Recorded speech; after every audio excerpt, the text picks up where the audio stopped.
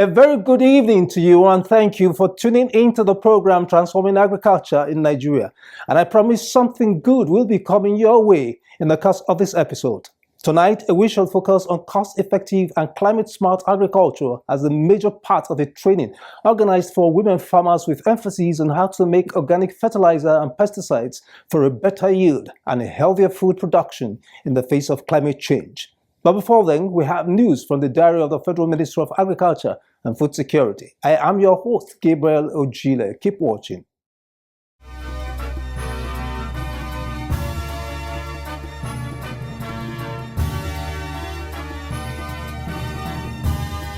Every part of Nigeria has something to offer. In our diary tonight, Agric Ministry commends AgriSal project and pledges support. Also, over 100 women farmers get empowerment on climate-smart agriculture. Stay tuned for details after this break.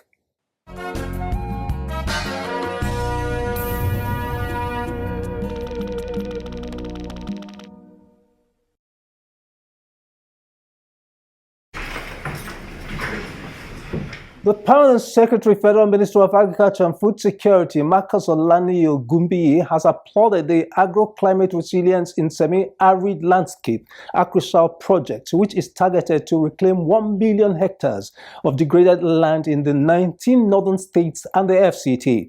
Speaking after a brief on the project, the Permanent Secretary stated that the ministry would continue to give the necessary support to ensure the success of the program. Just simply put, at our end here, we're going to provide all the necessary support, all the necessary encouragement, so that because what we are doing is a joint, is a joint venture, and we have the same goal to improve the livelihood of our people, and that is the essence of us being a government, to improve the livelihood of our people. And whatever we can do at your end, at our end, in every other end, let's put them together and let Nigeria feel the impact of the project.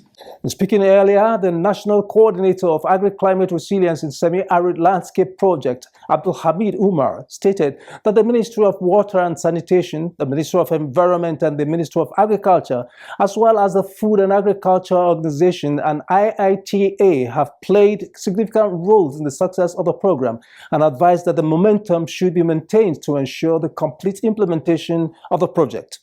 Ultimately, the project seeks to contribute to the global national promissory note of arriving at 4 million recovery of degraded 4 million degraded landscape from the promissory notes of the federal government, wherein the project seeks to deliver about 1 million hectares of degraded landscape. And we have brought in international and proficient agriculturally based agencies like IITA to support the project, FAO to support the project, wherein 410,000 hectares is to be supported by essentially climate-smart agricultural techniques from IITA to provide the vegetation cover for areas that are degraded. FAO will, from the understanding and the drive of the project, FAO will deliver 350,000 hectares of degraded landscapes.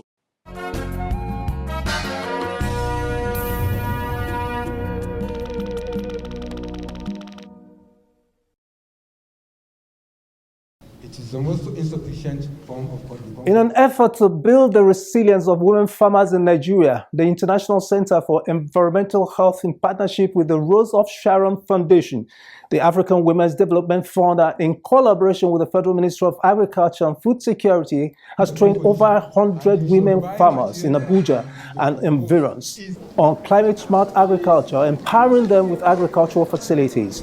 The facilities given to them by the organizations include solar-powered irrigation pumps, solar panels, organic fertilizers, sprayers, pesticide, among others. Speaking in an interview with journalists during the event, the Assistant Director on Head Environment and Climate Change Management Services in the Federal Ministry of Agriculture and Food Security, Iyabo Lawal Mustafa, commended the effort of the organizations in putting the program together.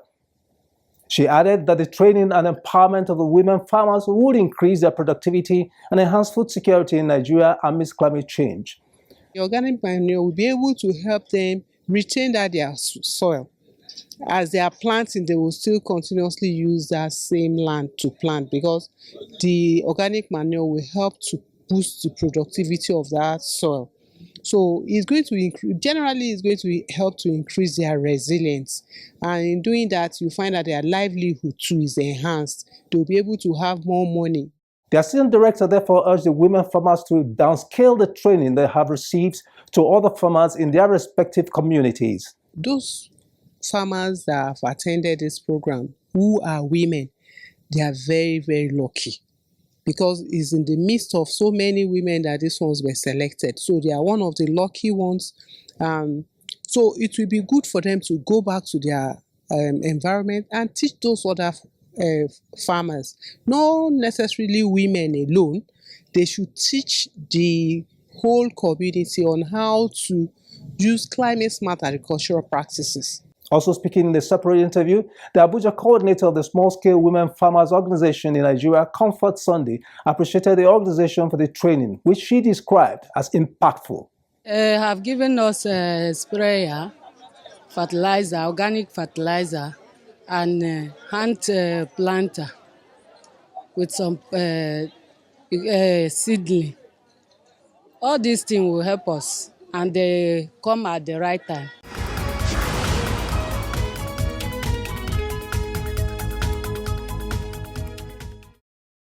Thank you for staying tuned. The International Center for Environmental Health, the Rose of Sharon Foundation, and the African Women's Development Fund, in partnership with the Federal Ministry of Agriculture and Food Security, recently trained over 100 women on climate-smart agriculture and how to make organic fertilizer and pesticide. The training highlights the impact and advantages of organic fertilizer over inorganic fertilizers, climate-smart agricultural practices to enable women farmers have a bumper harvest in spite of climate change, amongst other details. In our next segment, records of the Federal Ministry of Agriculture and Food Security, we shall focus on this training and the impact it will make in reducing costs and ensuring healthier food production in Nigeria. Sit back and watch.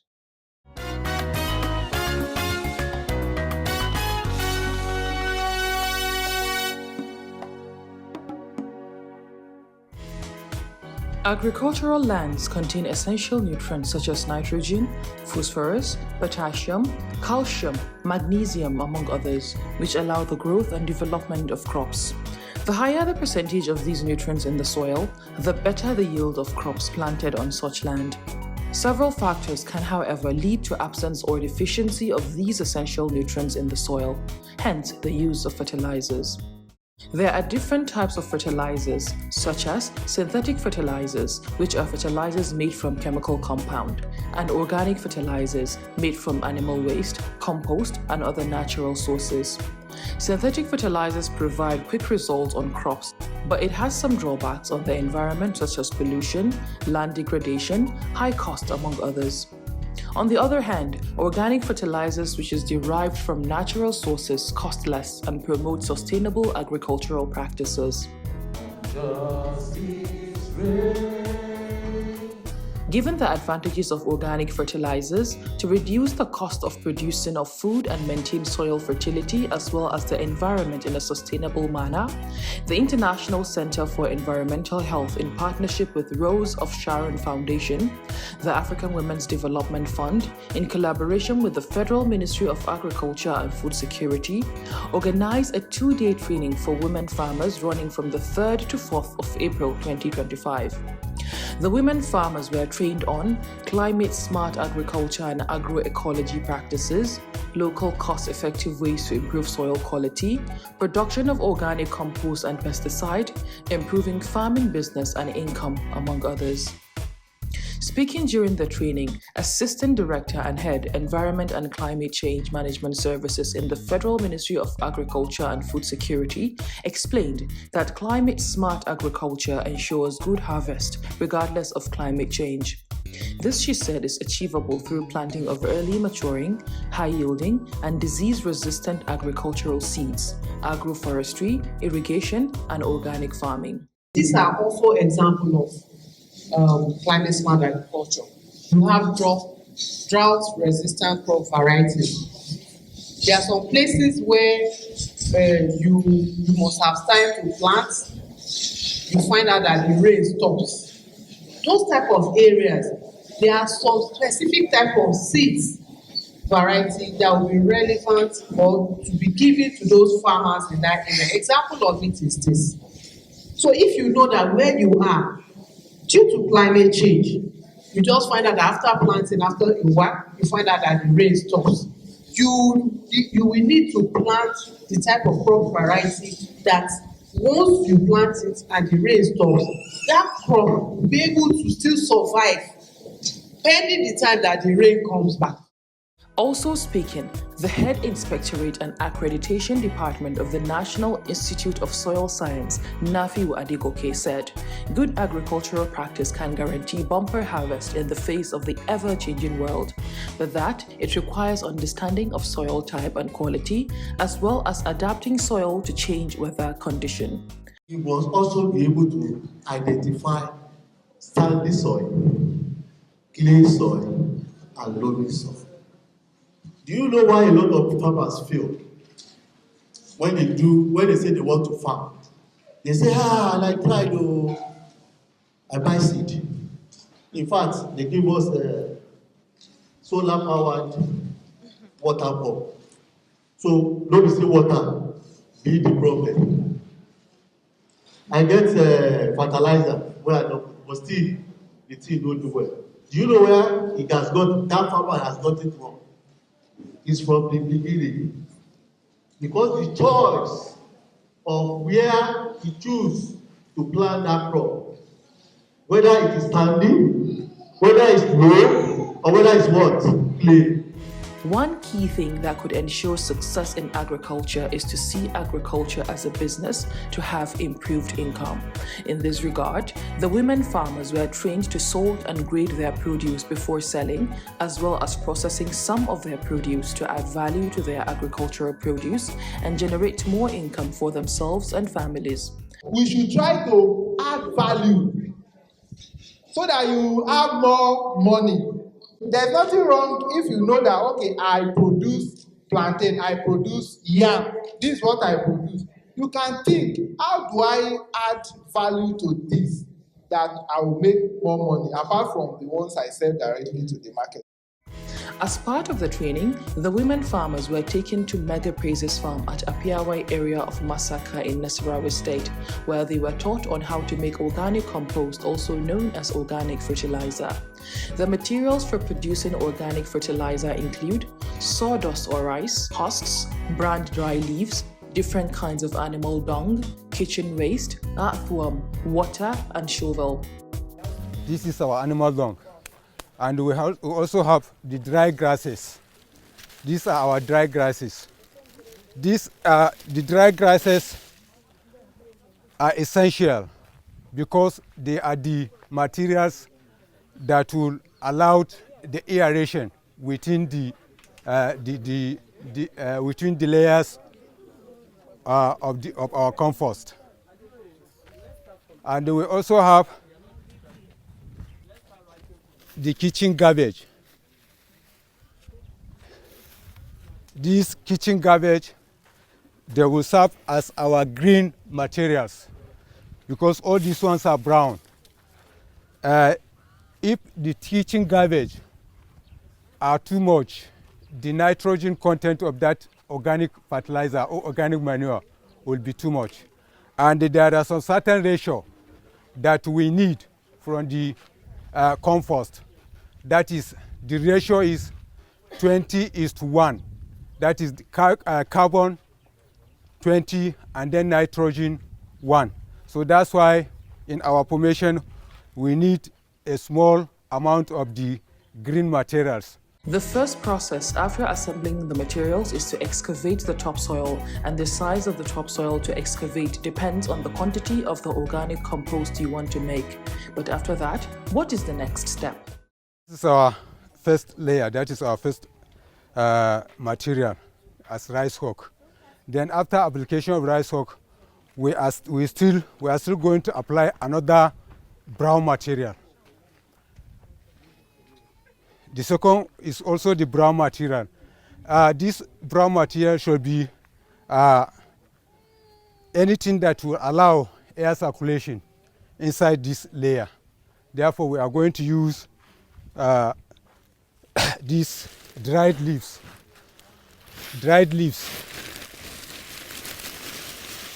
Inside this layer, we will bring our any column. That is the black soil, or the cow dung, or the garden soil. When we put it, it will give room, or it will serve as a house for our decomposer. That is our earthworm. The last thing in the composition is the kitchen waste such as cabbage and other vegetable waste. Each layer requires the earthworms be introduced to decompose the layers. These processes can be repeated to have more layers to get the quantity of the organic fertilizer needed. The complete compost pile must be covered with dry grasses. It is also important to water the compost pile 2 times in a month and mix. It is expected to last for 90 days before it would be ready to be used as organic fertilizer. After several turnings, after every 15 to 20 days turning and watering, then when the activities of our decomposer, that is the earthworm we are trying to place now, is over, it will break all these things into smaller particles, and the color will change just to dark color. And when you touch it like this, even if you do not apply water, it will stay like this. You know, this one is because we put water now. Without water, when you do it like this, it will remain like this, and it will not be difficult to turn it like this. That is when you will know that your pile is matured and it is ready for harvesting. Organic pesticide is another aspect of the training received by the women farmers. The preparation of organic pesticide requires garlic powder or neem seed powder soaked in water for 2 to 3 days, sieved and then used as spray on the farm several times a month. This is our garlic powder. It is 1 cup. This 1 cup of garlic powder, when turned into organic pesticide, can be used for 1 knapsack or 1 16-liter knapsack sprayer. For the organizer, the trainings have been a success and made a lot of impact in the lives of women farmers in northern Nigeria. We are training women farmers on climate-smart agricultural practices and agroecology to enable them to adapt to the impact of climate change and to mitigate what climate change is doing in terms of excessive or reduced rainfall, change in temperature, dryness of soil, loss of nutrients in the soil, which invariably affects the quality and the quantity of the produce at the time of harvest, and at the end of the day, limits their access to markets and the income that they would make. So this training yesterday is for them to understand what they need to do to become smart in their farming and agricultural practices, to be able to mitigate what climate change is adversely doing to their farming engagement. A similar training is expected to be organized for the women farmers in the southern part of Nigeria as part of the 2nd year of the program. We undertook a project which is called Grassroots Driven Climate Action by Rural Women Farmers in Nigeria.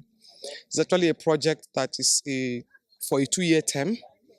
This is the 1st year. The 1st year is focusing on women in the northern part of Nigeria who are rural farmers. And then the 2nd year will be focusing on rural women farmers in the southern part of Nigeria. So this is, yesterday and today is part of the activities of the project. One of the major activities is to look at the policies on agriculture and farming and climate as it affects women. And that was what we did in January, and we are continuing the process to see how we can review the gender policy on agriculture. But this particular activity is a follow-up.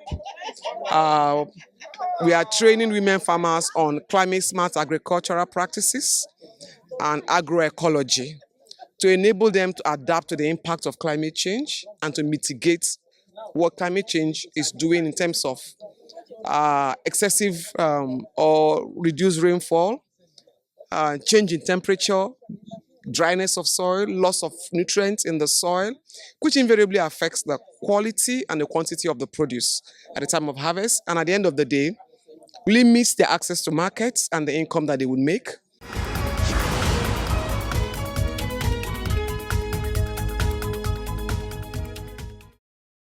In the course of the training, our crew interacted with participants and beneficiaries of the input distributed to the women farmers, and they shared their experiences of what they have learned, the impact it will make, as well as appreciation for stakeholders that organized this training.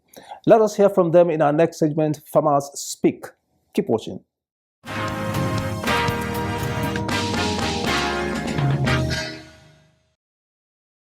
Really appreciate the organization because they really help me. They give us transport and see the goods that they give out to us. They give all this pumping machine and panel and fertilizer so that we can be helping our farm. Today we are really opportune to have an organization that care enough to impact knowledge to we women, and today we have had the opportunity to learn two things in particular: how to create organic pesticides and organic compost for our farms in replacement to chemical pesticide and compost. And today for organic pesticide, we've learned how to use garlic powder or neem powder and just water to create our pesticides. Yes, and for organic compost, we have learned the difference between brown materials and green materials. We've also learned the amount or quantity that we would need for certain sizes of farms and how to put each ingredient together. Other ingredients that we have are rice husk, dried leaves, kitchen waste like our cabbages, our aleho, and all that. Wetin I learn for here be say I don learn how they do fertilizer, then with this organic pesticide. I don learn how they do am and how I go take use am.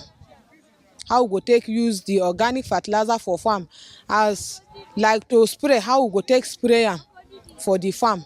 Then the organic pesticide, how we go take use am, the work wey e go do for us. Na wetin I learn for here today, and I appreciate because as I learn am today, even if I go house sef, I fit go do am by myself. I've learned how to produce organic fertilizer on my own. In fact, I'm going to use it to grow my vegetables. You know, nowadays in the market, there are vegetables that they use chemical to grow, and which is very harmful to our health. But with this training that I have received since yesterday to today, I'm going to do my own fertilizer, that's organic fertilizer, and to apply to my own vegetables so that I can consume it myself and my family, and if possible I can even sell it out to other people to avoid consuming chemical into our body for our good health. I've learned so many things yesterday. I've learned how to compose organic fertilizer and how to compose other pesticide organic. And with this, I'm going to help myself with this, also to send my children to school.